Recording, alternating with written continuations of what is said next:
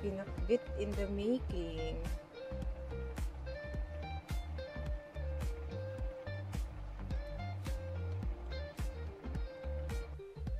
New day, new vlog.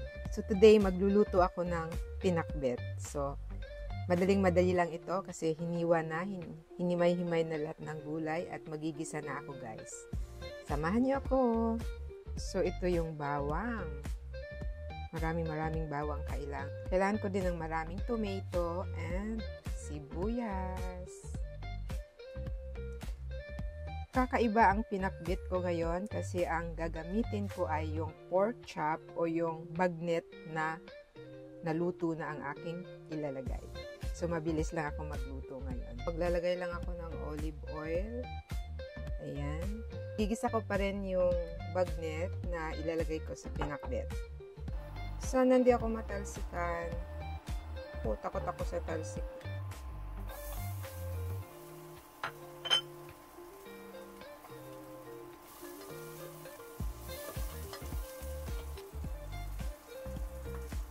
So, ilalagay ko na muna yung bagnet bago ko ilalagay yung sibuyas and tomato. Lalagyan ko rin siya ng tomato para lang maging malutong siya.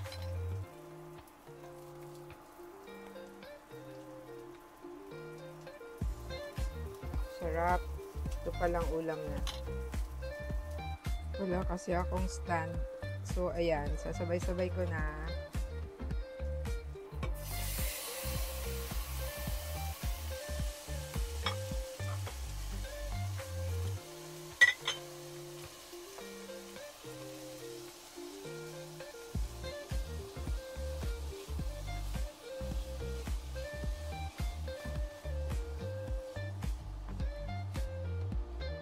Yempo kasi ito na malutong or bagnet. Kaya masarap.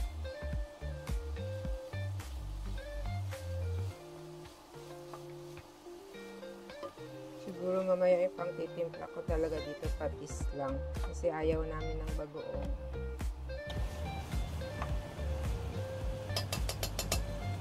So, sasabawan na rin natin. So, sasabawan na rin natin. Pwede na. Pwede tayo ng konting patis. Itong talong kasing to para sa pinakbit ng Ilocano. So, yan talagang nilalagay. Tingnan natin. Baka may uod. Sana wala.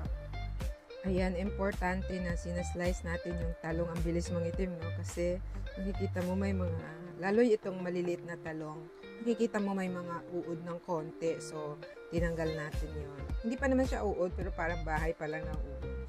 Ayan, nangitim na. So, kami, sabay-sabay namin nilalagay ang gulay pag nagkumulo na ng ganyan. So, sobrang gustong-gusto namin ang gulay. Kahit 3 lang kami, ayan.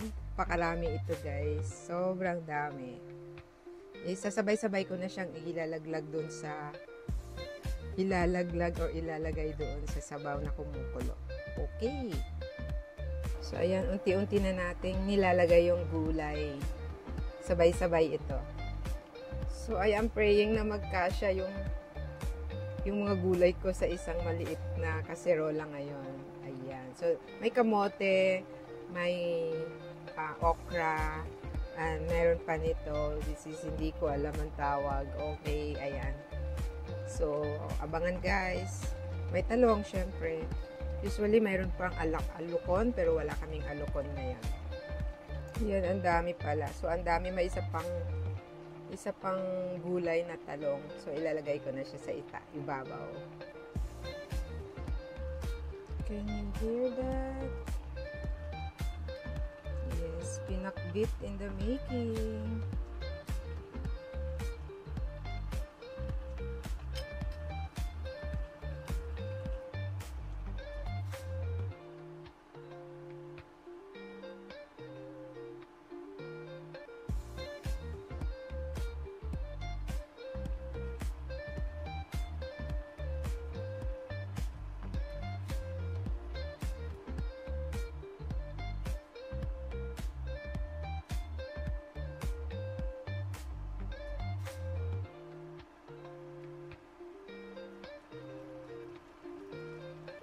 fresh, diba?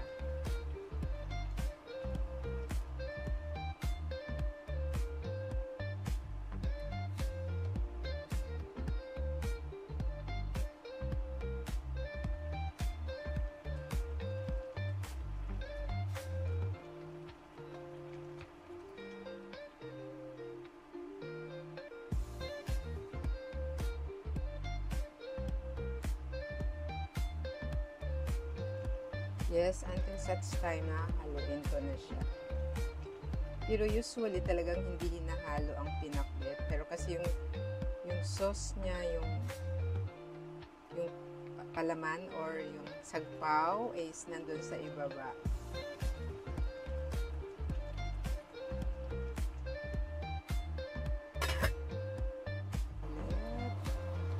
Wow, it's so green. Yummy. Diba bumaba na rin siya? Kanina punong-puno. So, mamaya ko na ano yun. I will try na hindi muna galawin. Konti lang naman ang water nito. Did I have water? Did I put water? Yeah, marami pala. Siguro yung mga talong din nag-water.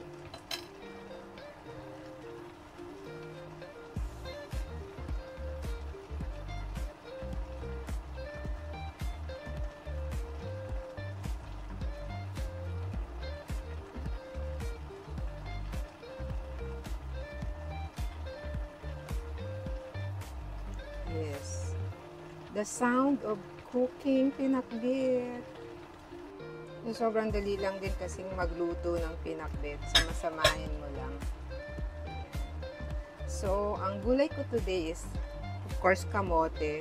Yung squash hindi na nagkasya kasi kala namin hindi na magkasya dito sa lalagyan ko. Then, I have, hindi ko na ulit tawag. Hindi ko na naman alam ang tawag dyan.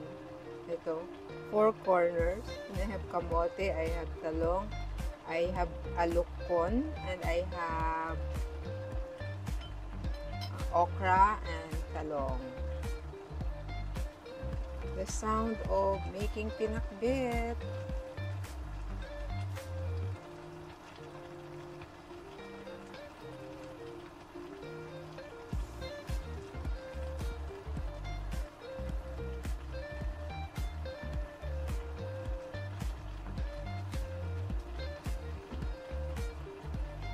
So, parang ilang beses ko nang bukas sara to. Kasi, I wanted to hear that boiling gulay.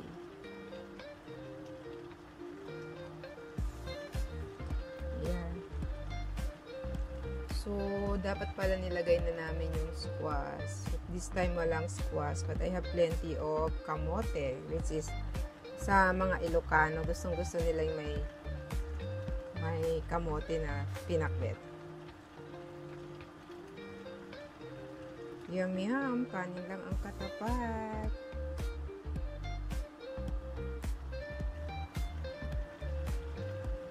Ayaw din natin ma-overcook yung gulay. So,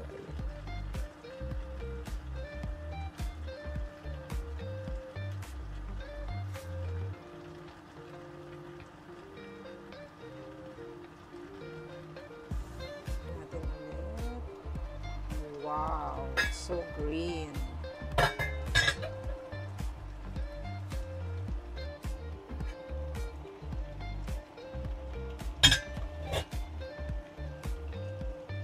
Slow fire lang, pero naluluto siya. Talong ko talagang nangitim, pero hindi yan sira. Kasi tinanggal ko talaga lahat ng maiitim. Ako pa, sobra-sobrang arte ko kaya pagdating sa mga pagkain.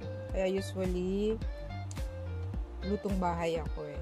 Kasi mas gusto ko ako nagluluto, especially meat. Naku, arte-arte ko. Hirap kong pakainin.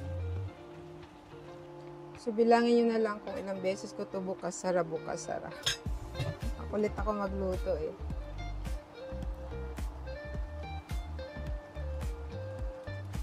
Yan.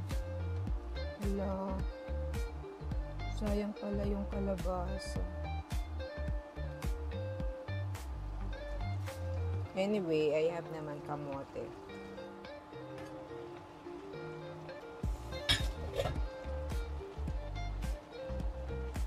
Talaga pong ganito ako ha. Ilang beses ko na open, bukas sara yung kaserola.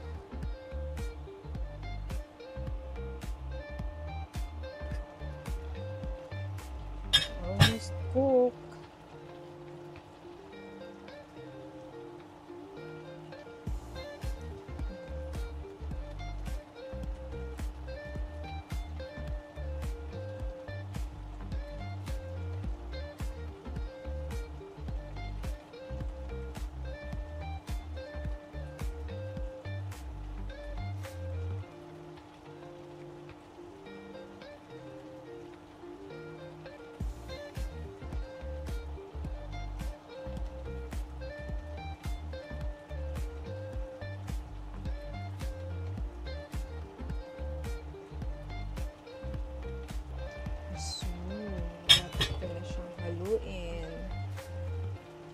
Mainit na dito sa kitchen ko kasi exhaust fan di ko pinaano, hindi ko na siya na-open.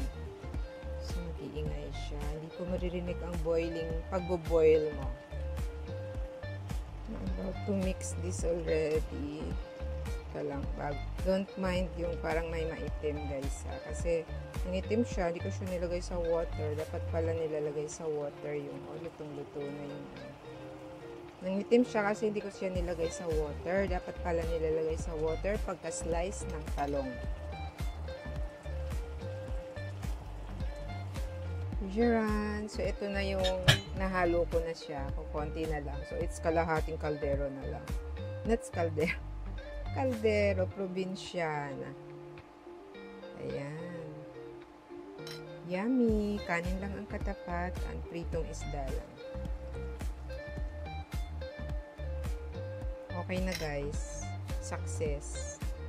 This is the Ilocano version of pinakbet.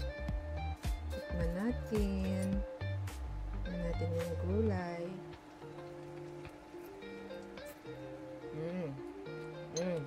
Yum. Lambot na.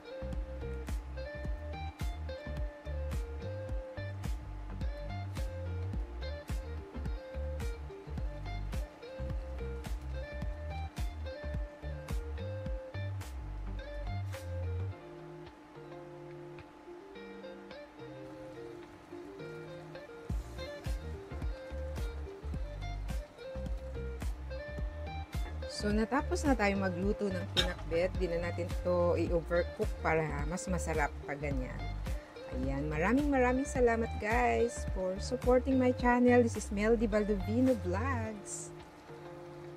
Bye! Ayan, kanin lang ang katapat.